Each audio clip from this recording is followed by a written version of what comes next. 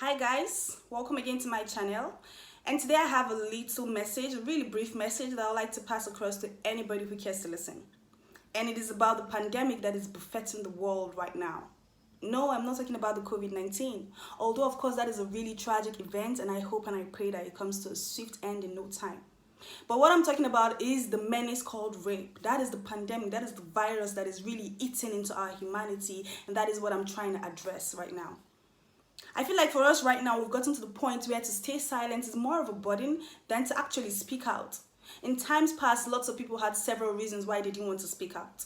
They didn't want to accept the existence of this pandemic, of this virus, of this cankerworm that is eating right into our roots of humanity. But whether you choose to acknowledge it, whether you choose to believe in its existence, whether you choose to say, oh yes, this is actually a thing, change is nothing because it actually is a thing. And so many people have been victims of this virus. So many people have died without vaccination or treatment because we have let it persist.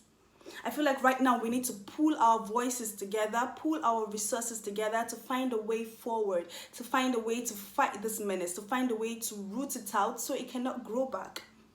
Because so far we've been doing half measures. So far we've been cutting off the branches, and it's just become like a hydra that you cut off one head and it sprouts another. You cut off the branches, it grows again, but you root it out deep from its roots and it loses the ability to come back again. And that is what we need to be doing. We need to be finding measures that are not half measures. We need to be finding solutions that are actually proactive and that will actually be efficient and effective in the long run. I know that most of us don't have the necessary platform. I do not have the necessary platform to bring to justice these perpetrators. I do not have the necessary platform to, be able to go out there and actually protest and actually stand my ground and actually drag these people who have been Now, I know that so many people will say they don't have the right platform for this. They don't have the amount of following they need for this. They don't have the connections. They don't have the solutions right at the palm of their hands. But that is not true. You have your voice. And you can speak out for the voiceless. You can defend those who cannot defend themselves. And you can listen. The power in speaking out and the power in listening must not be overemphasized. It cannot be underestimated. I, for one, am trying to build a platform where people can come and talk, where people can come and know that they have somebody who would listen, where people can come and share their stories anonymously if they wish, and know that it will be respected, and know that they will be listened to without a shadow of doubt, know that they will be listened to without casting blames, without slut shaming, and without victim shaming. I want to create a platform where people can come and talk and air their burdens and unburden their souls and seek the way forward. Because believe me, without talking, without conversations, without saying what is bothering you, you would not find the necessary solutions that you need to begin to heal. You do need to talk. Bottling all of that trauma into yourself is only going to be like a ticking bomb that at some point would explode and leave your life in shambles. And that is the one thing I do not want for victims of abuse. I don't want you to get to a point where you begin to suffer a sort of cascading effect or a sort of domino effect of your trauma, where several other things in your life begins to go wrong as a result of your trauma. I need you to understand that you are in charge of your life. Yes, what happened to you was tragic, unspeakable, despicable, appalling, really disgusting, mind-boggling, and unacceptable. Yes, sweetheart, yes, I know that. But you need to take back control of your life. You need to take hold of your life, and you need to say no. That what has happened to me cannot define my future. What has happened to me must not be allowed to shape the person I become. If you're looking at yourself and you feel broken, if you're looking at yourself and you feel worthless, if you're looking at yourself and you feel like you don't deserve respect or you don't have virtue, or you're looking at yourself and you're blaming yourself for what has happened, and you think you deserve what has happened, I need you to listen to me right now. Hear me. It is not your fault. It is not a consequence of what you wore. It is not a consequence of where you went. It is not a consequence of how you were walking and how you were speaking. It is not a consequence of the fact that you rejected somebody. It is not a consequence of anything that you did.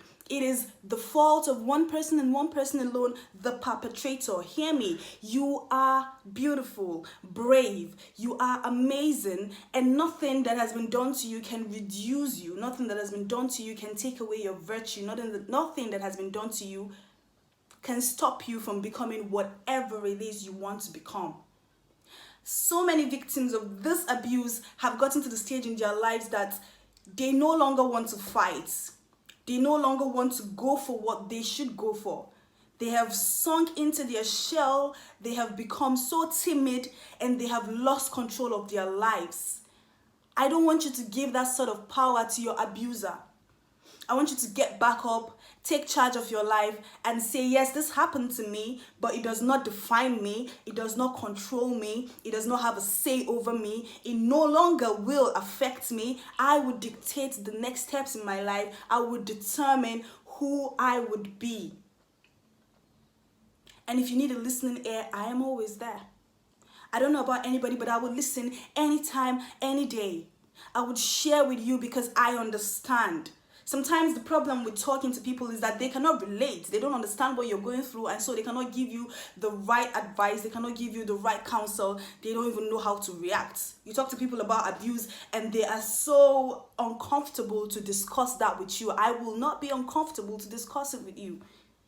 That is the whole essence of the platform I'm trying to create with Haven of Hope, where you can come and you can just talk and you can just be like, Tori, this is what happened to me. It made me feel this way. I still feel this way. It's a struggle for me to do this. It's a struggle in this aspect of my life. I don't know how I'm going to pull through this. I feel like this and I feel like that. And I'll say, I understand. Sweetie, I have been there.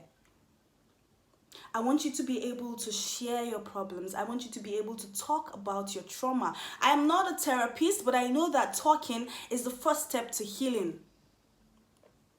And if you have gone through this abuse from childhood and you have begun to normalize it in your head, sweetie, we need to take you right back to the beginning. We need to unlearn a lot of things that you have been forced to learn. And we need to bring you the healing that you really need. The world needs to start healing. And it can only do so if we stand by each other. It can only do so if we propel each other forward. It can only do so if we listen and if we voice out. So follow my page on Instagram, haven_of_hope_, and let's begin to reach out to people. Let's begin to find a way to heal the world. Let's begin to find a way to heal ourselves.